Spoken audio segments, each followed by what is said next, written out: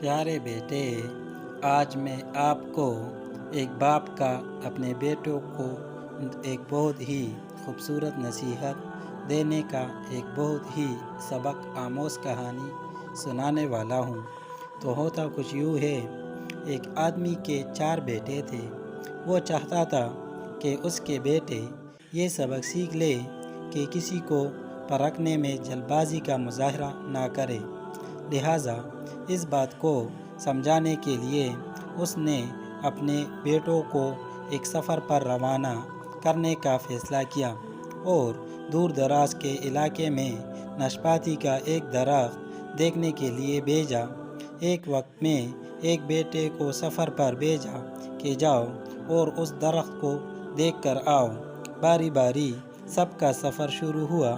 پہلا بیٹا سردی کے موسم میں گیا، دوسرا بہار میں، تیسرا گرمی کے موسم میں اور سب سے چھوٹا بیٹا خزاں کے موسم میں گیا۔ جب سب بیٹے اپنا اپنا سفر ختم کر کے واپس لوٹ آئے تو اس آدمی نے اپنے 4 بیٹوں کو ایک ساتھ طلب کیا اور سب سے ان کے سفر کی الگ الگ تفصیل کے بارے میں پوچھا۔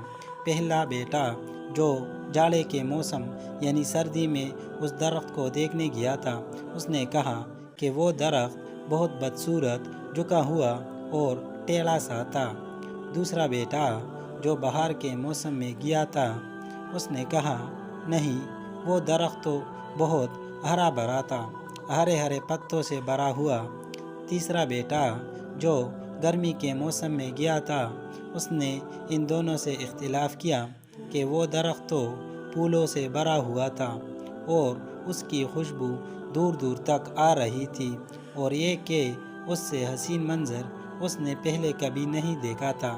سب سے چھوٹے بیٹے نے اپنے سب بڑے بھائیوں سے اختلاف ظاہر کیا کہ وہ ناشپاتی کا درخت تو پھل سے لدا ہوا تھا اور اس پھل کے بوجھ سے درخت زمین سے لگا زندگی سے بھرپور نظر آ رہا تھا۔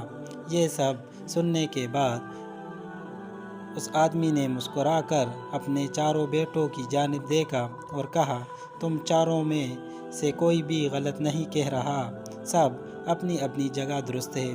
بیٹے باپ کا جواب سن کر بہت حیران ہوئے کہ ایسا کس طرح ممکن ہے۔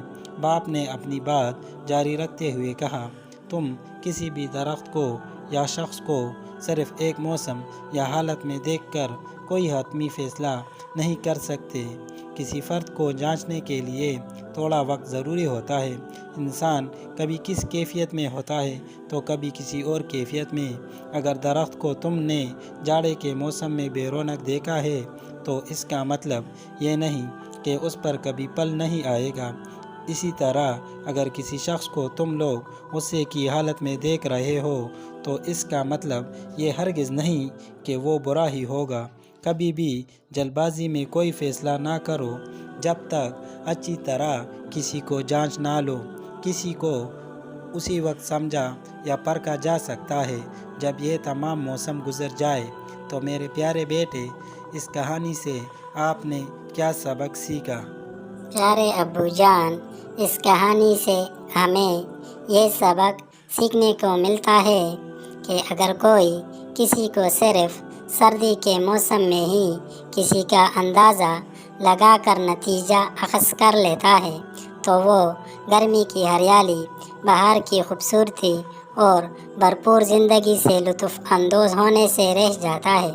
صرف ایک دکھ یا پریشانی کے لیے اپنی زندگی کی باقی خوشیوں کو داؤ پر مت لگاؤ۔